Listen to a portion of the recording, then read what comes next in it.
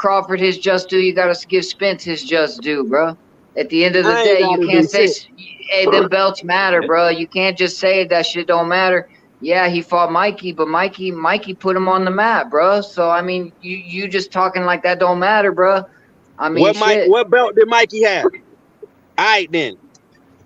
It got him on the map, bro. It ain't, and not Exactly. every fight's about Yeah, belts, but that's my Errol point. Spence rocking 3 biggest belts, fight was Crawford's rocking a 1 belt. It's non-title. time for the fight, bro. His It's biggest time for the fight was fight. versus a guy that didn't have a belt. Point proven. Thank you. Y'all niggas be killing yourself on this bitch, man. Thank you.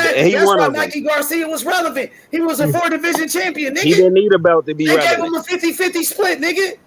He ain't Come need a on belt to now. be relevant. That's why. Mikey in hindsight is similar to Crawford, bro. They gave him a 50-50 split because of what he brought to the table. Man. Same as fucking Terence Crawford, bro. Man, Even better with Mikey Terence done got a Crawford. big. Y'all talk about niggas past paydays all the time. Mikey got a bigger payday than Crawford ever got. So what are y'all talking about? That's a He lie. deserves more than Crawford. That's a lie, nigga. That's a That motherfucking ain't no lie. fucking lie. Terence Crawford Well, fought tell on me when pay-per-view Crawford got against 7 million. motherfucking Sean Stop Porter. it. When Terence Tell me Crawford when he fought got against 7 Sean Porter, million like that Mikey was a did. pay-per-view, nigga. I don't think Mikey got 7 million though. Exactly, He did. bro. He These fucking niggas be did. capping, bro. Y'all niggas They be lying. They y'all pick don't and know choose. shit, man. Y'all be Check picking the and choosing, record. He I bro. got got 7 Bud million. Mikey last brought it. earnings in the Check the fucking record. in the private chat. Exactly, nigga. Hey, Check the record.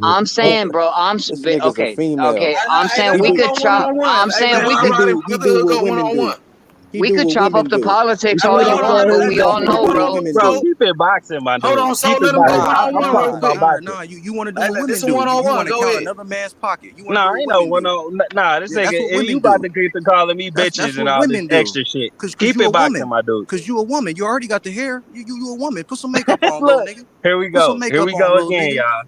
Like When they you niggas can't are win weird, in bro. a You boxing come on the panel to conversation, talk about they this have man to take money. it personal You because they come be on the getting panel to cooked talk on this about this bitch. nigga money, Because bro. they be getting Like cooked. how weird are you, fool? You This how come they on this gotta get panel me to out talk of here. about this nigga money, bro. How weird are I'm you? not. I ain't come here. I ain't come You here to come on be here to talk about disrespectful. another man's money. Break down the fight, bro. Give me a fight to break down, my nigga. Why you talking about another man's money? You ain't getting a dime. Can you break down the fight, bro?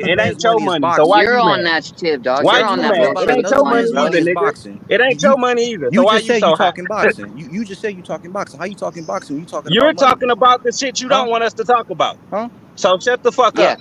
Is that exactly. boxing? Is money Exactly. boxing? Is money boxing? Yes. Is money You're throwing continuing fists? the same We're trying to conversation get Money like this you throwing fight mad made, fists? Brotherhood. to We're talk trying to about get the this shit Is you fight money made, don't want throwing us dog. to fists? talk We're about. trying to understand this shit, bro. Is money throwing fists? Yes or no? If you don't want to talk, Is nigga, money get the throwing fuck off fists? the panel. Is Fists are money not throwing thrown fists? without money being thrown. Exactly, nigga. Fuck is you talking about, weird ass nigga? Goofy ass. Nigga want to come on the panel talk about another man's money. You sound like a bitch. Nigga, you ain't getting a dime of it. You want to talk about another man's money. And Shut your weird ass up, nigga. do any of us get a Fucking dime, bro? Nobody gets corny a ass dime nigga, talking bro. boxing. We talk You He boxing. niggas is ain't weird. talking to me, bro, because I sure didn't get on this bitch You talking about niggas that. is weird, I bro. didn't. No, that's not what the fuck I got on Weird talking as fuck, bro. about. You niggas is weird. This nigga come on the panel to talk about another man's money. He don't want to break down no Who got fight. on He here to just want talk to about argue that, about bro? money. Somebody Break it down, tell me. Brotherhood. Break it What the down, fuck bro. is What the this fuck nigga do even you talking believe, about, bro? bro? What do you Weird,